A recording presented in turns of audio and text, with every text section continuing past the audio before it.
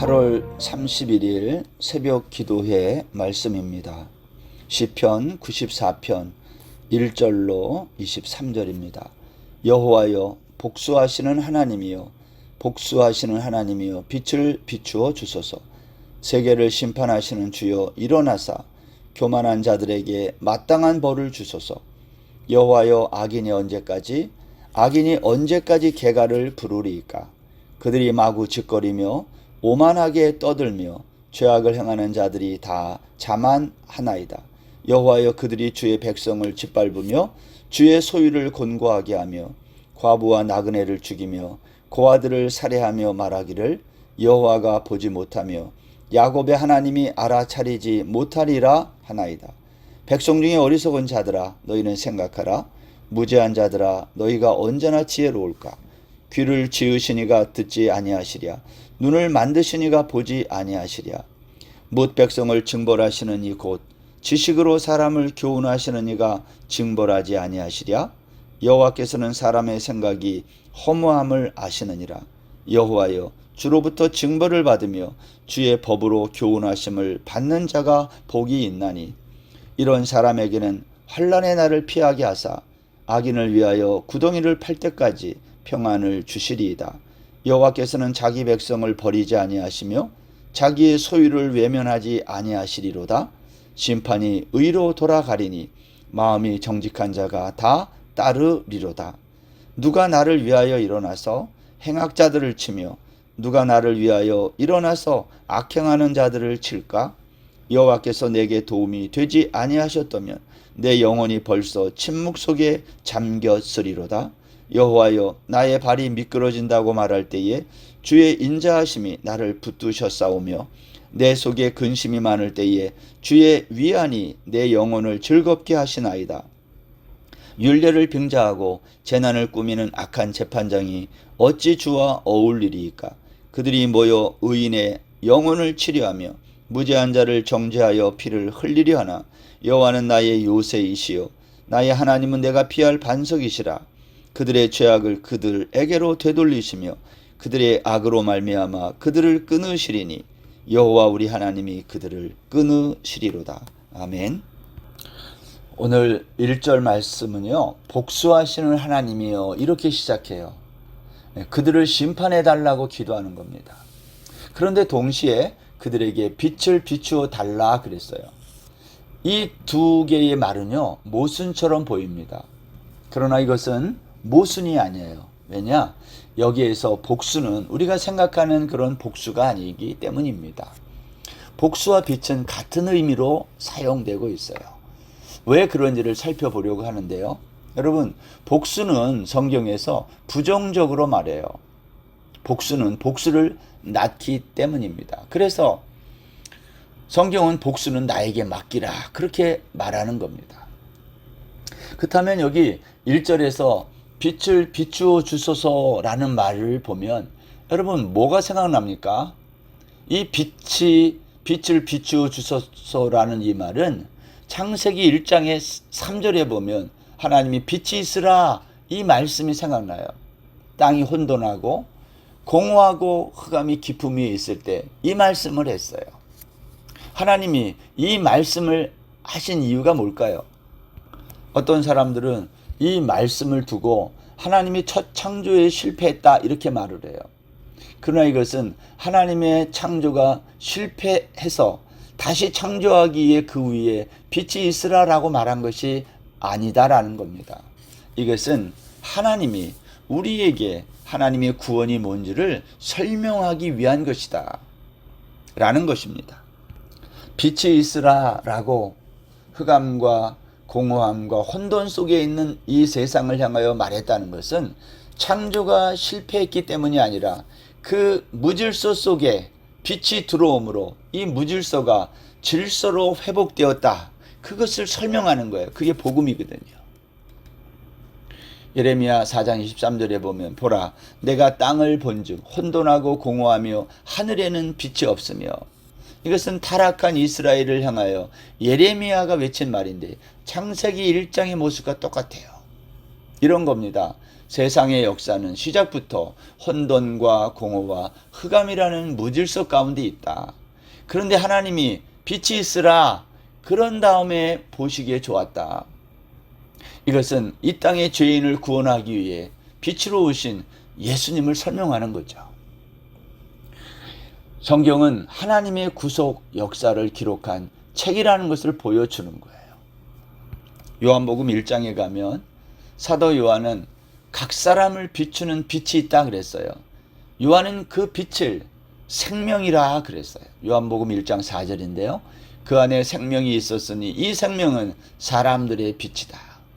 여러분, 빛으로 오신 예수님, 그분은 이 땅의 각 사람에게 생명을 주시는 그러한 하나님이라는 거예요.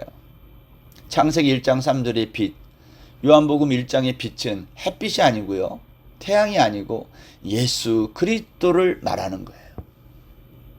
그러한 점에서 오늘 본문 1절에 하나님이여 빛을 비추어 주소서 할 때의 빛, 이 빛은 생명의 빛으로 오신 예수님을 말하는 겁니다. 그런데 시인은 복수하시는 하나님이여 하면서 빛을 비추어 달라고 한 거예요. 여기에 복수는 우리가 알고 있는 복수가 아니라는 겁니다. 복수하는 하나님이란 그러한 우리가 생각하는 보복이 아니라 히브리 말로 보복은요, 여기에서 이 복수는요, 무질서한 것을 질서정연하게 회복하고 고친다는 의미가 있어요. 그래서 시인은 빛을 비추소서 한 거예요. 이걸 복수라고 말한 거죠, 시인이. 혼돈과 공허와 깊은 흑암으로 된 이 세상에 빛을 비추어 회복시켜 주세요. 그러한 뜻이라는 것입니다. 오늘 본문에는요, 4절 이하에서 이 무질서한 세상의 모습을 이렇게 말했어요. 그들이 마구 짓거리며 오만하게 떠들며 죄악을 행하는 자들이 다 자만하나이다. 여호와여 그들이 주의 백성을 짓밟으며 주의 소유를 곤고하게 하며 과부와 나그네를 죽이며 고아들을 살해하며 말하기를 여호와가 보지 못하며 야곱의 하나님이 알아차리지 못하리라 하나이다. 생명의 빛으로 오신 예수님, 그 빛이 비추기 전에 세상의 모습은 이러한 모습이라는 거예요. 하나님은 이런 세상을 안식으로 인도하고 다스리기를 원하신 거죠. 그런데 사람들은 이 하나님의 통치를 거부했다. 그래서 시인은 오늘 그의 눈에 비친 이 세상의 모습을 이렇게 설명하고 있는 겁니다.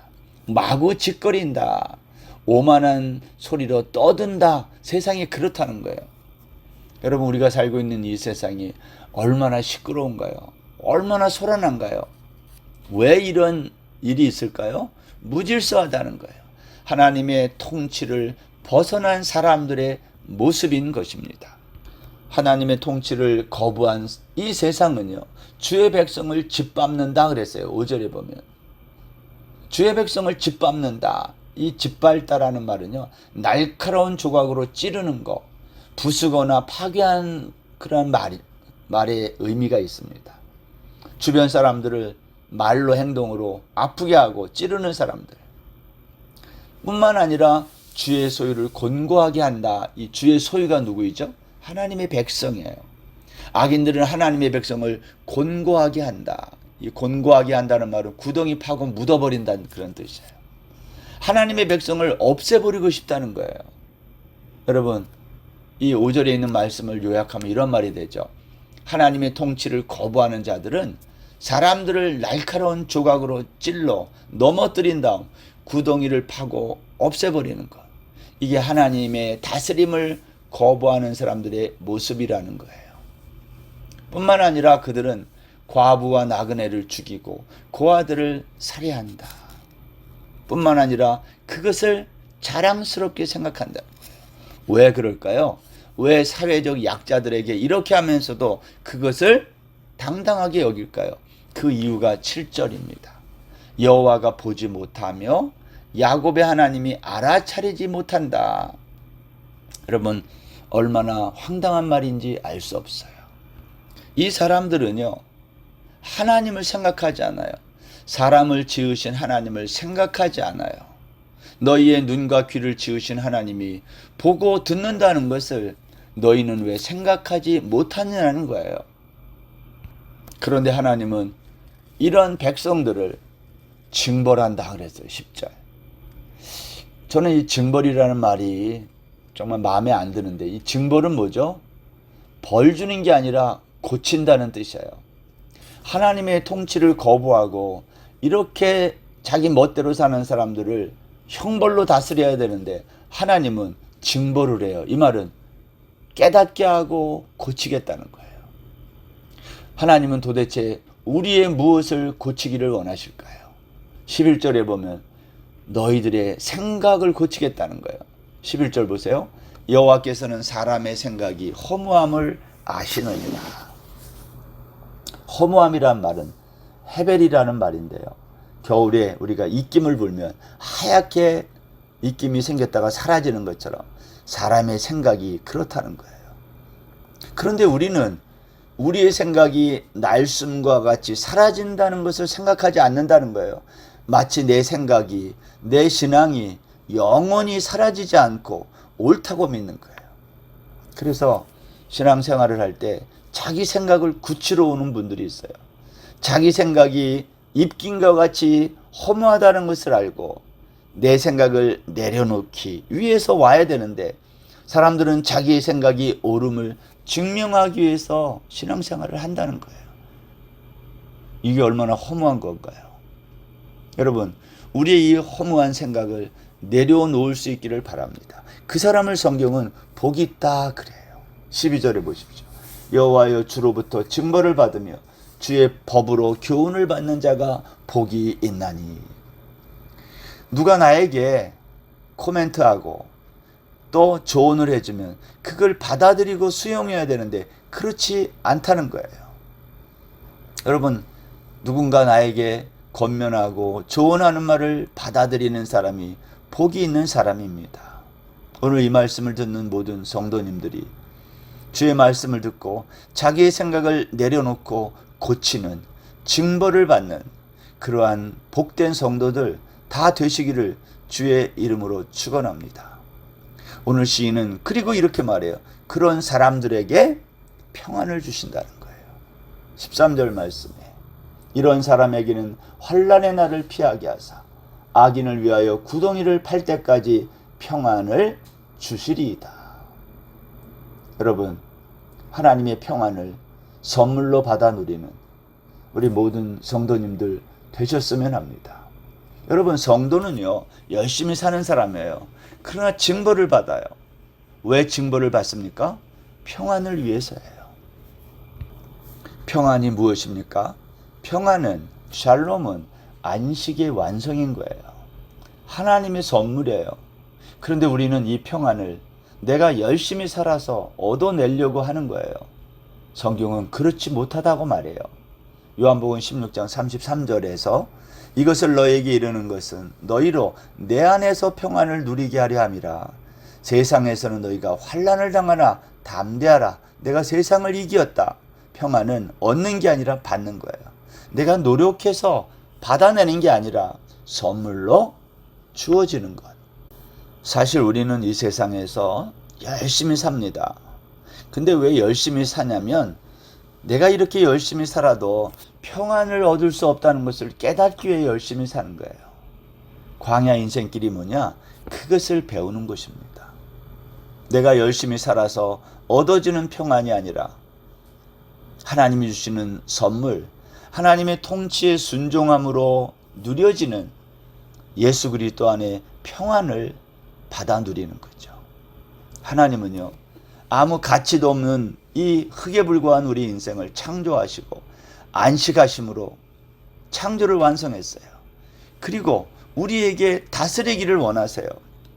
그런데 어리석은 우리 인생들은 하나님이 이와 같은 놀라운 계획과 역사를 모르고 하나님의 통치를 거부하는 거예요.